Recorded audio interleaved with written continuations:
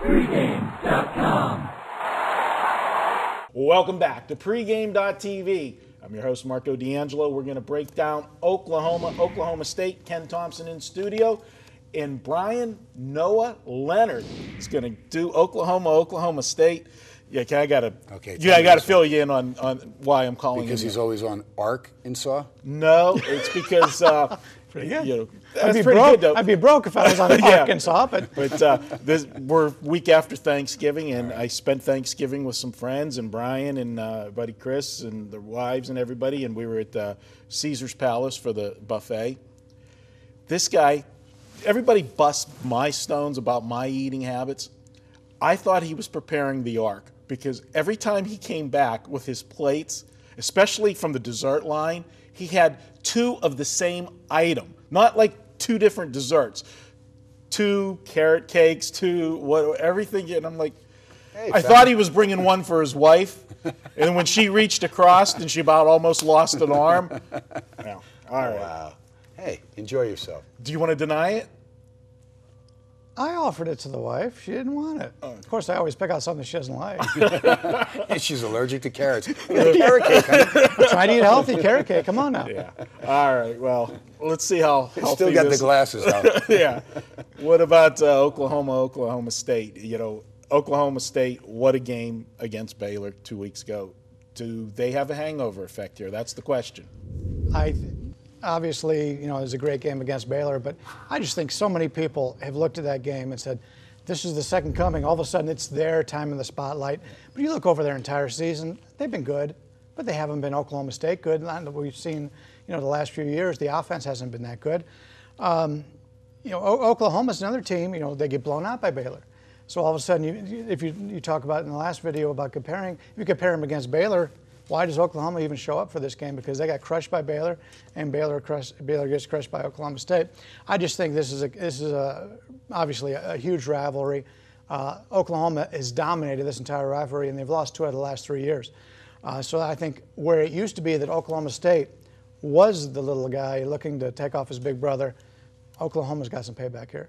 Absolutely. Now, until last week against Baylor, I've done it, you know, obviously all the different videos and radio shows that all of us do. We're breaking down all of these games every week. And I've said the key to stopping Oklahoma State, their offense, is if you can slow the running game down. Because I think everything goes through the running game with Oklahoma State. I mean, they've got good quarterbacks, but I've seen these guys play, and they've used both quarterbacks at times this year at Oklahoma State. And I had a big play on them against TCU, and they went up and down the field in the first half, and then they struggled in the second half. And it's like when you force these quarterbacks to have to carry the load passing, they don't do as well. Now, last week they had a big game against Baylor. You know, that was just one of those games that everything they did went right. It was just a perfect storm for them. But Oklahoma has the type of defense that can slow down this running game. Yeah, they did it to Baylor for about a quarter and a half in Waco, and then the Bears got rolling and ended up blowing them out 41-13. But when you look at these rivalry games now, it's funny.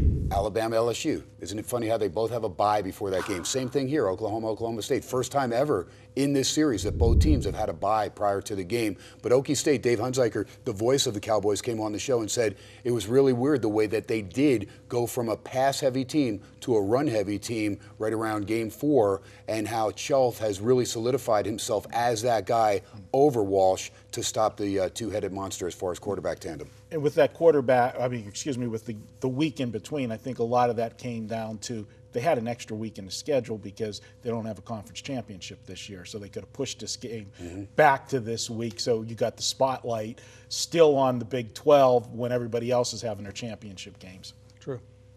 All right, this is Bryan Leonard's play. So let's see. Don't give us 2 picks on the same game, though, okay? We'll have that. Let's make it official. All right, just because my friend Marco D'Angelo asked for it, I will give you 2 picks on this game, but I'm not going to do it like you said. You thought I was going to give out opposite sides. I'm going to give out a side and total. I think this is a correlated parlay here. You mentioned the Oklahoma State running game. They got a pretty good passing game, too, and the Sooners defend the pass very well. In fact, both teams defend the pass very well. They both allow an opponent quarterback rating of 70 or less. So both teams defend the pass very well. We're looking at a game right here, basically 10 and a pretty much a decent sized total. I think this game goes under, and I think Marco hit on it. I think Oklahoma could slow down the Oklahoma State running game, and Oklahoma's going to want to run the football. They don't want to get into a passing game with Oklahoma State. They don't want to get out of a shootout in Oklahoma State, because even though Oklahoma State does run the ball a little bit more this year, they're still a very good offensive team, better offensive team, I think, than Oklahoma is. Oklahoma's strength is running the football, and the Cowboys stop the run well. So you've got one team that does the one thing they do, running the football. I don't think they're going to have a lot of success doing that, but they have to run the football in order to keep this Oklahoma State off the field offensively. So the under makes sense, and you got a double-digit rivalry game here. I think the dog makes sense. So it's going to be a lower-scoring game than it is. Obviously, the 10 points come into more of an effect in a lower-scoring game. And Oklahoma's dominated this series, but they have lost 2 of the last 3 games. So I think we're going to get a really good effort out of Oklahoma.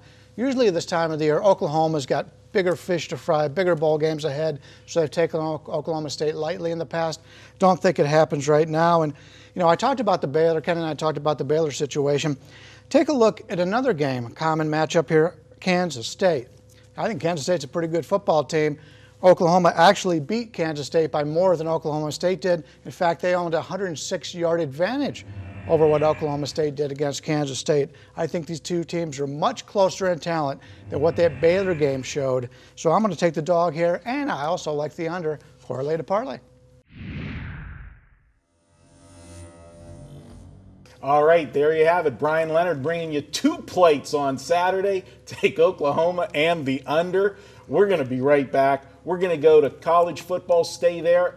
Going to go to the Mountain West Championship game. Utah State at Fresno State. That's up next. That'll be my free pick here on pregame.tv.